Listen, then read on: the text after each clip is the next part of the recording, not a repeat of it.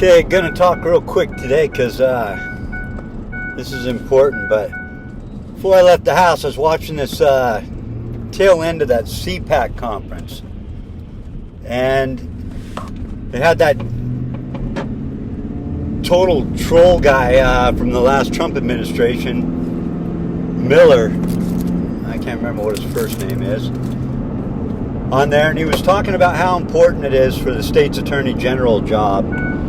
He's saying to everybody that's listening, said it's important to get people in there at all levels of government that have the power, not only have the power, but are willing to use it to get done what needs to be done. And there's nothing more true than that exact sentiment.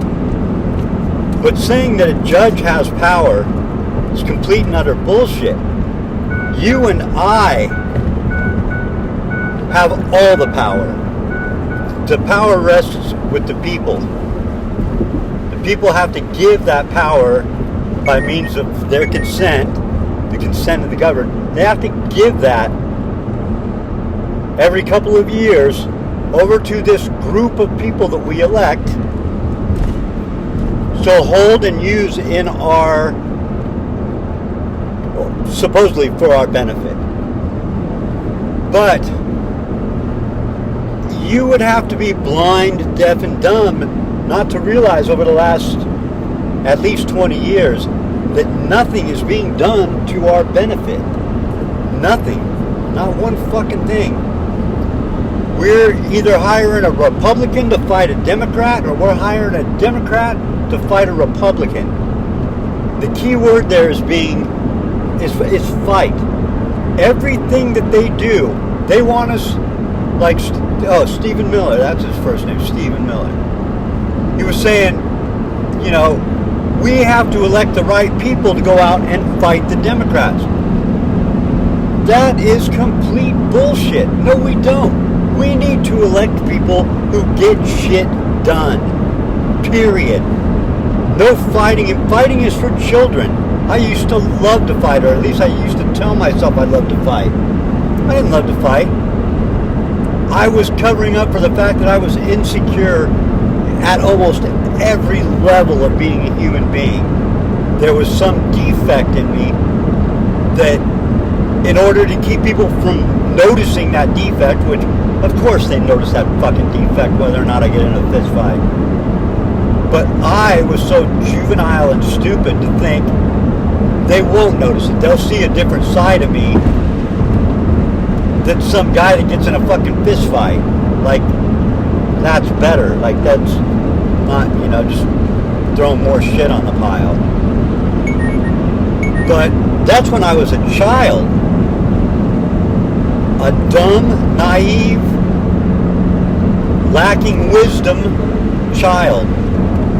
And I couldn't see past my faults and inferiority because there was no way. The only way to do that is time. You have to live long enough to understand that everybody you look at all day long, you need do no more than point. And wherever you point, if there's a human being in that place, that human being has flaws. They're not perfect in any way. No matter how it looks on the outside, there's something inside of them that they're dealing with that they may hide well, but they're still dealing with it. They still have their faults, their insecurities, and they're still going to act on them. Well, all of us in America have been duped into believing that watching these grown men fight each other, instead of being told what they're going to do for us this year, we're being told how they're going to fight the other guy, and how the other guy's positions are stupid and wrong, and their positions are right and the only way to go. And so we're going to have 52 of these guys fight 51 of those guys, and hopefully the 52 of them stick together so they accomplish the objectives for at least this voting cycle that those 51 want to get accomplished. that almost never works out. There's always that one guy, that one dissenting voice, that one adult that just can't go along with the group for whatever reason, so nothing gets done at home. But something's always getting done somewhere else. And that's what they're promising to do for us, in a way, is do something somewhere else for someone else. Something we can't reach out and touch. We have no way of measuring the success or the failure of it. Like throwing $100 billion at Ukraine or another $40 billion at Israel. Until we fix every problem here, we can't go around the world fixing other problems while our problems just fester. And a great example of that, besides those two money laundering schemes that are going on there, is look at this guy Navalny, who's an American puppet. What a convenient dyer. What a great time for him to die right before an election. So that Joe Biden can come out the next day and greet his widow or his mother and talk about what a animal Putin is for killing him. There's about 100% chance Putin didn't kill Navalny, and Navalny was either killed by us or England. And I'm sure there's 100% chance his mom knows about it. And I'm guessing she didn't want to go meet Biden, and Biden didn't want to go meet her because it's an optics thing. I do really got to go. I'd rather sit at the White House and do fucking nothing but pretend I'm a president. And she's probably going, I don't want to meet that fucking idiot. He can't speak. He's too old now. Can't remember what he's saying. What's the point? Point is optics. They have to meet each other. They have to meet each other, have cameras, watch it, so that Biden can say what an asshole Putin is, and get us on board with the fact that we need more war with Russia. Bullshit. What you and I need is the things that make our lives better. And making our lives better is not going to happen by us electing some asshole Republican to fight some asshole Democrat, or some asshole Democrat to fight some asshole Republican. Because if that's all they want to do is fight, and we, the people, go out and utilize our great power of voting to pick one of those guys to fight the other guy, when we know neither of those two assholes has ever been in a fight in their entire life. What they mean by we're going to fight is they're going to use some words against the words the other guy used. And then they're going to let some committee somewhere decide whose words were more powerful. And then if that committee has any integrity, they'll choose the side that had the more powerful words rather than the other side who just gave them more money but didn't have any meaningful words. That's their idea of a fight. That's what they're talking about, because they're gentlemen. You can't say anything bad about another Congress member. That's not gentlemanly. You can't disparage somebody's character in the fucking Congress. That's not being a gentleman. Well, gentlemen don't fucking fight. Yet they're telling us we're going to elect them to fight. When we know these pussies aren't going to fight. They're not going to do anything but argue and bicker back and forth like fucking spoiled children. And while they're bickering back and forth, they're going to take every fucking dime they can out of this country and throw it at a Navalny overseas, or at a Zelensky for Ukraine, or fucking Benjamin Netanyahu. Always somewhere else, but never here. Did Biden go to East Palestine after that train wreck polluted the atmosphere and destroyed all those people's lives? Not for a full solid year and a half did he ever set foot there and tell the Americans that live there, hey, you're going to be okay. I'm here from the federal government with all this power, and I'm going to make sure you're okay. Never happened. But the next day after Navalny dies, he's meeting with that cocksucker's fucking widow on our dime to tell her it's going to be okay. We're going to fight Putin to pay him back for what he did to Navalny. Putin doesn't give a shit about Navalny because Navalny isn't in power there. Putin cares about power. And if it doesn't affect his power, like Navalny didn't, and a popular uprising is not going to happen because the people of Russia love Putin. That's just the long and short of it. So they can tell us over here anything they want about how the fight's going to go over there. The fight's going to go like it goes. The fight is going to go where the people are. The people do the fighting. The people are the ultimate arbiters of who wins the fight. Because they're the ones doing the fighting. If the guys at the top were the ones that were the arbiters of anything, they would have to do the fighting. But they don't. They get young children to go out and fight for them because they're too chicken shit. And we all know that. We're all forced to watch it. We're all forced to be a party to it. But not anymore. I say we quit. We stop 100% voting for any asshole that claims he or she is going to fight the other side for what we know is right. Because in the end, what we know is right is that nobody on either side of that fight is going to win. The minute they decide to fight, they have both lost. And by lost, I mean they will not get anything accomplished for the people, and that is what we elect them to do. Not to fight each other over stupid shit that doesn't make a difference to us.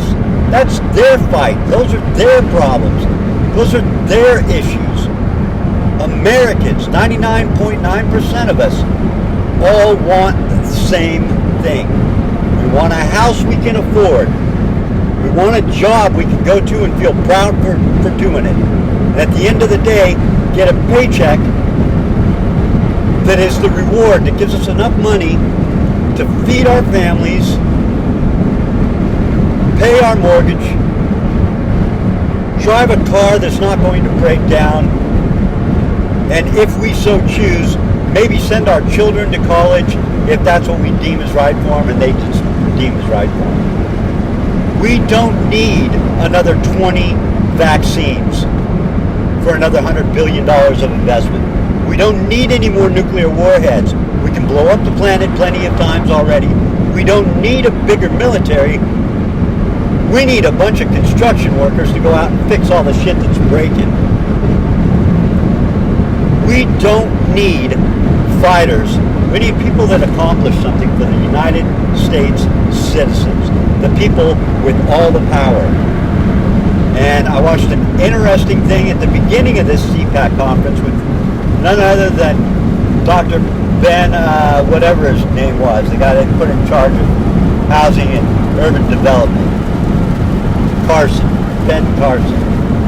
Interesting speech he gave, where he goes over point by point what I'm telling you.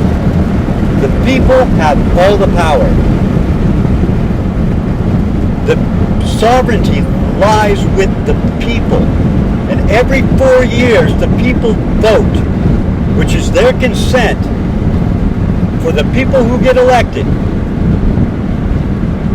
to do their bidding with their approval.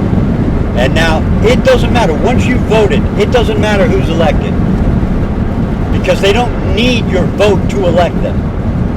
They need your vote so that they can stand up on the world stage and say with a straight face that they're operating under the consent of every American citizen because we got out and voted, we put them in office, they're the ones that speak for us on the world stage. That's all it is. The Electoral College is the one that appoints a president. And your vote is not, the Electoral College isn't pinned any way, shape, or form to the popular vote in any state.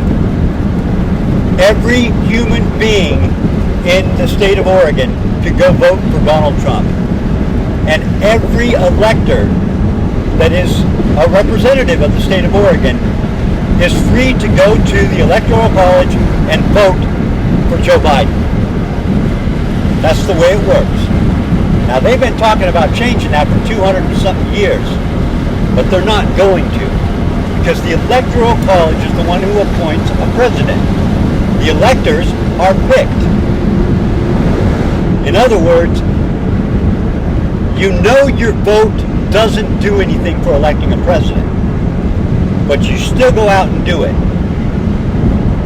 So by their definition and the definition of the law, if you know your vote doesn't do anything, but you go do it, you must be not going out to vote. You must be going out to give your consent, because that's what they infer from the process of you going out and voting. I don't have my other camera, so that's bound to happen. They have to infer something from it, because otherwise what you're going out and doing would be nothing short of an irrational, or some would say insane, task. You're going to leave work or otherwise interrupt your day where you should be doing whatever it takes for you to accomplish what you need for your family or for you personally or whatever. But you're going to take time out of that schedule in some manner to go out and vote. A process that does not do anything for electing a president. Now, you're either insane or you're going out and doing that because you want to give your consent that no matter who gets elected, that we're going to have a peaceful transition of power, and there the next 4 years, they're going to implement the policies that you have hopefully agree with. Maybe you don't. Maybe your guy doesn't get elected. Maybe you don't agree for the next 4 years. But either way, he's doing a good enough job that you're willing to go out, not doing anything for yourself, but in your patriotic civic duty, going to go sign on a piece of paper that you consent to. No matter who gets elected, they're doing your will. And as far as you know, the will of every citizen around you. I just want to let that sink in for just a minute. No matter who gets elected this year, do you for 1 minute believe that they are going to go out of their way for even 1 minute of the entire 4 years they're there to make sure you get what you need and want? Don't answer me right away. That kind of going to those do it in your head math problems. Based on what you know, it's either Donald Trump, Joe Biden, or in a long shot, Robert F. Kennedy Jr., either of those three human beings going to take 1 minute out of their schedule to interrupt what they want to do to make sure you get what you need and want.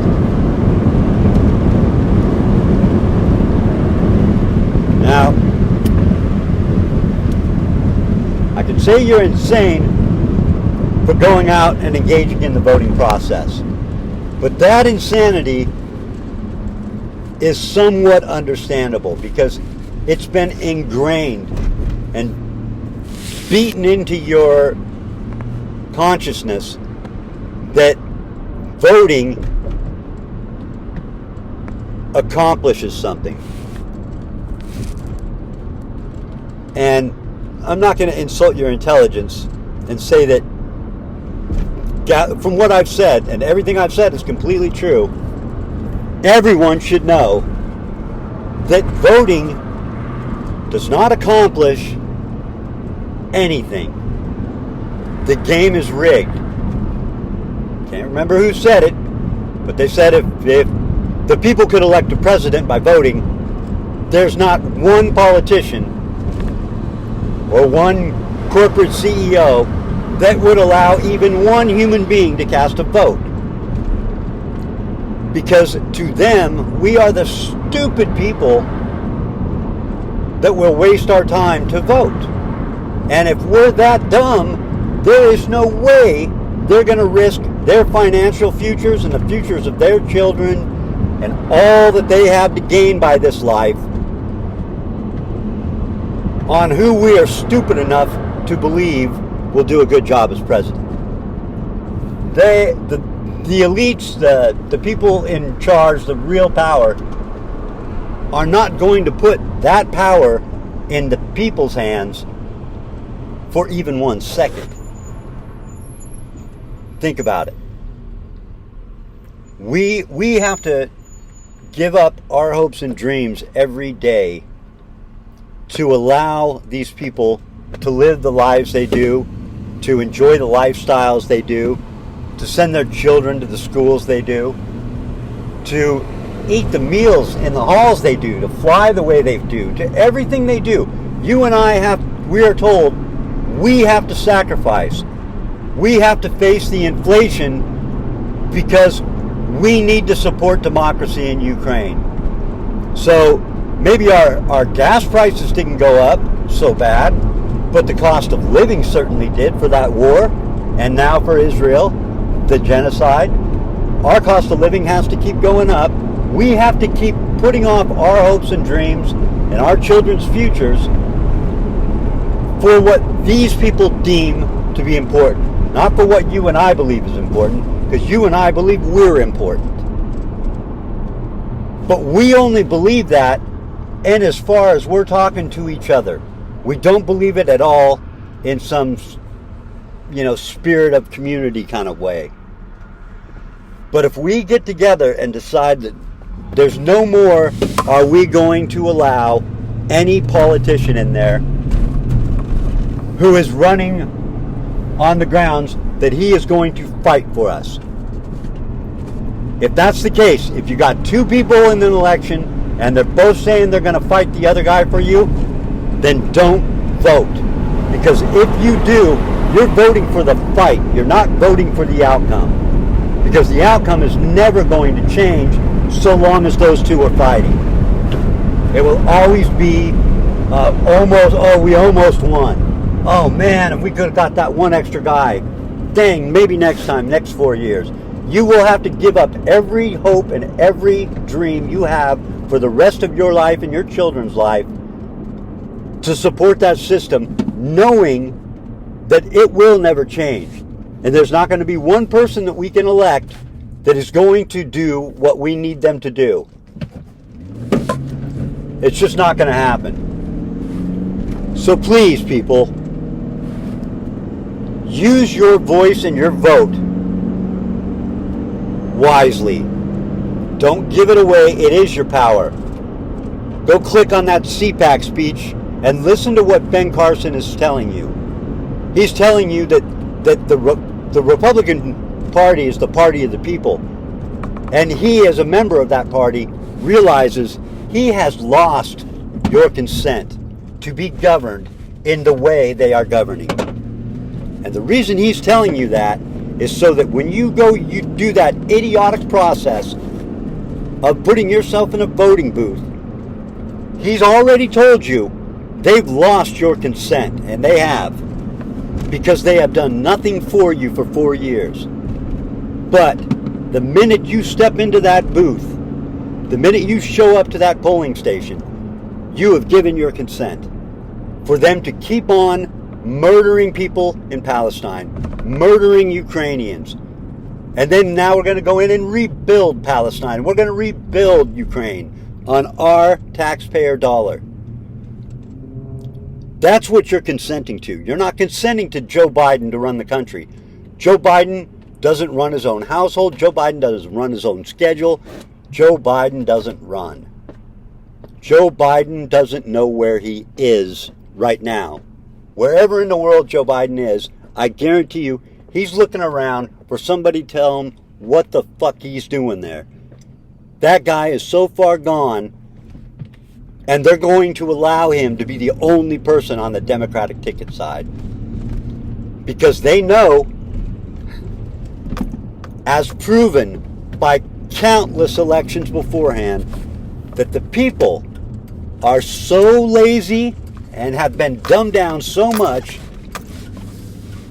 that they would rather, instead of having to think about anything, just go into a booth, tick Joe Biden's name, get their sticker, I voted Patriot, and be done with it. And on that basis alone, they are probably correct. Joe Biden stands a great chance of winning. Because that's just how people do it. They may not like the person, but to actually put some thought into what they're doing and to actually affect a change that might do some good for them, they're simply not going to do it. I'm not going to use the word lazy, because lazy is not the correct term. People have been so trampled upon that they believe their only power lies in electing somebody else to fight for them. And when I say people, I mean this even on a world stage. Now they're saying that NATO is probably going to be worthless because the United States doesn't give a shit about England anymore, or Britain, or the EU. We care about China because China is the one that we're competing against. Not Russia, China. So we're going to turn our attention away from Britain, England, the EU. So confusing now you can't even say their fucking name over there. That's on purpose. Everything's on purpose, believe me. But anyway, it's so confusing we don't even know who to say we support over there. But the truth is we don't support anybody because the English economy, the English people, the English war machine is all defunct now. They are like us 40 years from now. They had their time in the sun and it's gone. And we're going to throw them away and our support for them away because we no longer need to support them. They don't do us any good. They don't have any money. They don't have any real power. We don't need a large navy, which is what made them powerful in the first place. We don't need any of that shit. So we do not need England. And we're turning our focus towards China in a collaborative sense, not in a warring sense. We're not going to go to war with China, and we're not going to go to war with Russia. Because if we do, that's the end of humanity. We're turning our attention away from NATO and towards China because China is where the money will be made in the future. That's just the long and short of it. The people here at home, the politicians, are selling you on a fight you cannot win.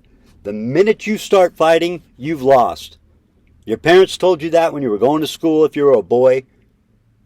But they said, sure, if somebody's going to beat on, stand up and protect yourself. That's the right thing to do. Protect yourself. Always. But don't go out and think that getting in a fight is going to change anything to some degree that's going to benefit you. Because it's not. Anybody that's ever been in a fight knows, even if you win, you lose. You got a black eye, a fat lip, and a busted out tooth. You're going to look like an idiot for a couple of weeks. And nobody cares if you beat that other guy's ass or not. They don't give a shit who won. They might have been drunk enough to be entertained. But they don't care who won. You didn't prove anything to anybody. You didn't even change the guy's mind whose ass you kicked or who kicked yours. Nothing changed. A fight took place. You both look stupid. You're both beat up and bloody. And not one person changed the other person's mind. That's a fight. The people you elect to go fight for you, that's what they're going to accomplish. And you're supporting it. So stop supporting it. Start supporting yourself. You need what you need. You want what you want. And we need people that know what our wants and needs are and are going to take care of us. And if they won't do it for us, we need to do it for us. And we do that by using the power of our voices, our consent, and our vote in a way that means something. Not going out and picking between one of the assholes they put up there for us to vote for and then waiting 4 years to replace him with half the country hating him and the other half adoring him while nothing got done. Let's just look at what gets done and say, based on that, that's who we're going to elect. If they won't put anybody up there that can get anything done, we're not going to vote. If we don't vote, they don't have our consent. They can't spend a nickel. They can't elect new committees. They can't do anything on the world stage as a representative government. They can do it as a de jure government like a Congo, or a de facto government, but they can't do it as a de jure government. That's a government operating on the consent of the people. And to give you an idea of how fucking corrupt the system is, as long as the people want it, the government in power is de jure. The minute the people don't want it anymore, they can continue on, but they're de facto. And a de facto government has absolutely no power on the world stage. Nobody listens to him. We considered Gaddafi a de facto government. And look what they did to him.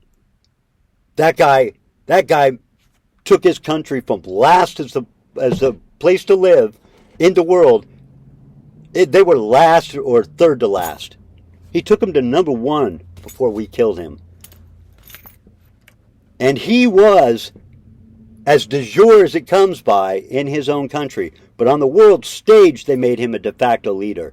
And they called him like a Putin, like a tough guy, an insane guy. That guy was so loved in his country, just like Putin is, that we couldn't get him out by any other way other than assassination. Which is how they think they'll get Putin out, but we're not going to do it because we're too chicken shit. Anyhow, I'm at work now, so just consider it. Consider thinking about what you could do by withholding your vote. Consider that they're telling you, go watch Ben Carson tell you, they have lost the consent of the governed. If you vote this time, if you go out and do it, you're giving them back that power for another 4 years. And if things keep going the way they're going right now for another 4 years, I don't believe in a God up there that's got any fucking care what we do, but God help us if there is.